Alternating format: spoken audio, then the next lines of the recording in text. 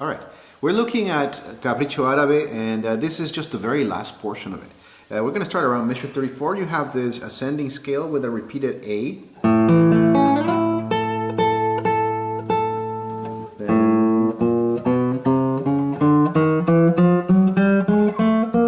Now, when you're going to play the B, use that B to get yourself to fifth position. One from fifth position slides over so that you're in sixth position. Right, and you just did a quintuplet with that, right? Right, so 5 notes in one beat. Your bar on the seventh, 3 grabs the F sharp on the A bass, 1 grabs the E, right? And that's the tricky part, right? You hammer and pull off with your pinky, climb up to the second string, and then you notice that the sixth string is open right there, right? So this is tricky. 1, 2, 3, and then the second and third strings, you're grabbing the A with your pinky, 3 grabs the F sharp, and then get back to the E, right? This time I prefer to actually go to open strings. It's just for a little bit, but you know, after doing so much barring, it's nice to actually get a break. So. You slide from the 7th fret over to the 10th, right? From the F sharp to the A. With not E bass, now it's D bass, right? 3 grabs the F sharp like before. And then you're going to go right back to second position to grab the 6th string on the 2nd fret to get that E. Open B. 2 is going to slide over, and you're going to get your next octave E on the 4th string as you hammer and pull off 2 to 4 2nd string. Back to the bar, open B, right? So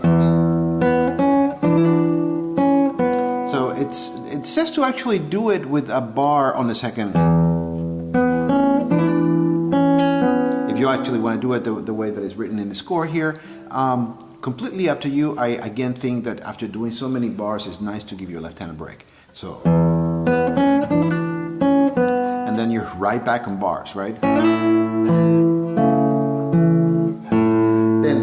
Kind of in 7th position, right? But you start out on 6th because your pinky is right here on this G sharp, right? But right away slides up to 7th position. That's the 2nd string with the pinky, then 3 pulls to 1, 2 grabs the G natural, then E, right? So it's kind of a very slick move, right? And you're back on.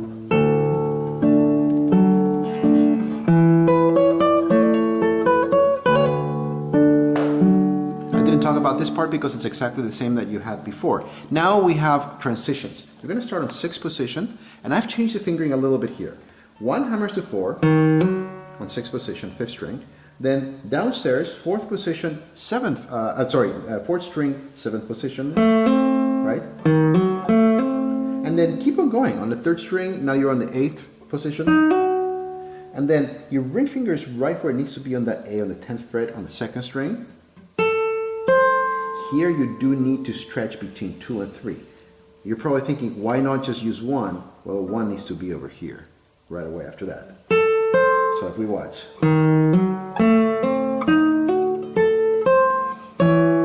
Right? So in order to accommodate that, that becomes almost a necessity, right? The other fingering that you had there, just in case you might decide to do this, it's set to use 2 and 1.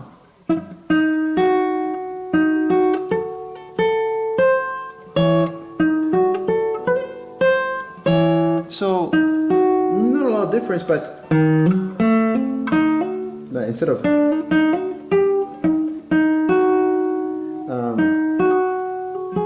I find it a little bit difficult. Now I think this fingering is a little bit easier, so if you could just give it a go.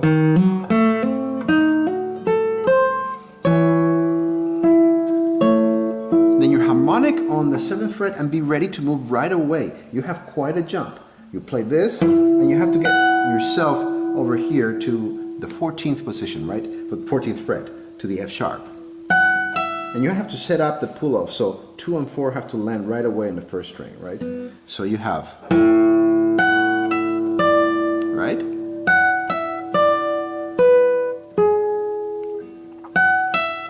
So pull from 14th to 12th, and then you're going to go to 10th. 4 to 2, then just pluck 1, 3, 4 for the G sharp.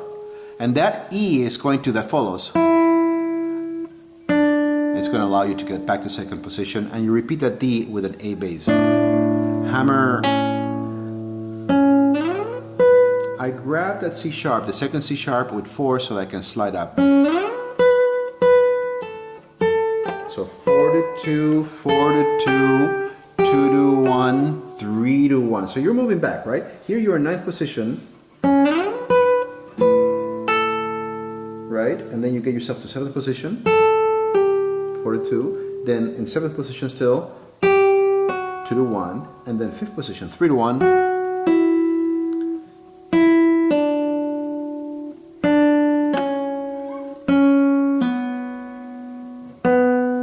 Right? It's interesting.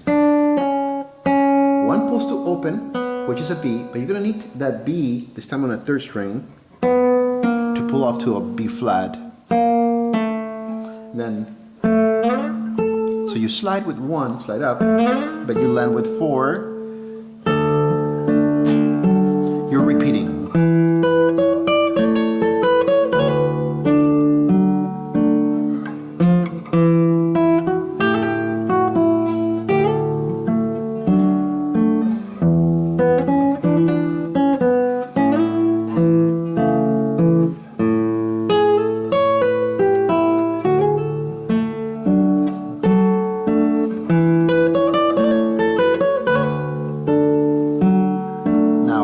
A little bit of a change. He's almost saying farewell to you. You are in 2nd position, right?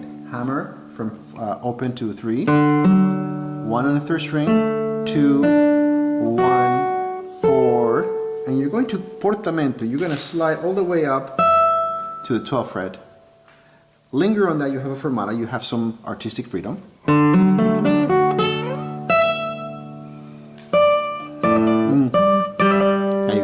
G bass.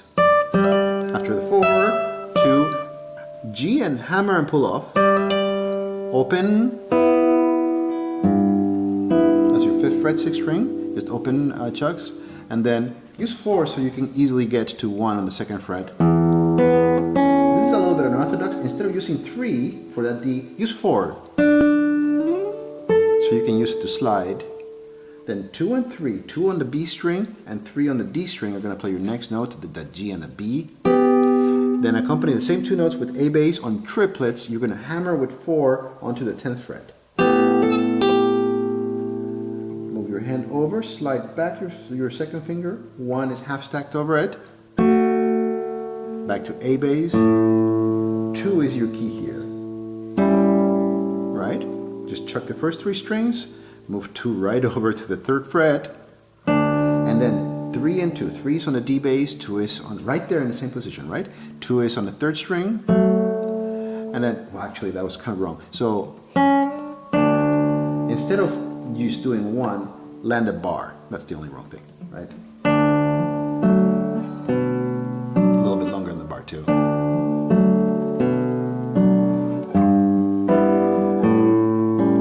And then you're in the last piece, which is pretty much a repeat.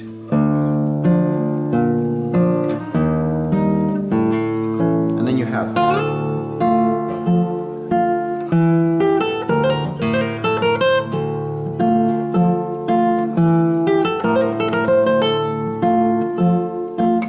and you know all of this part. At the very end, you have this 62 through the end.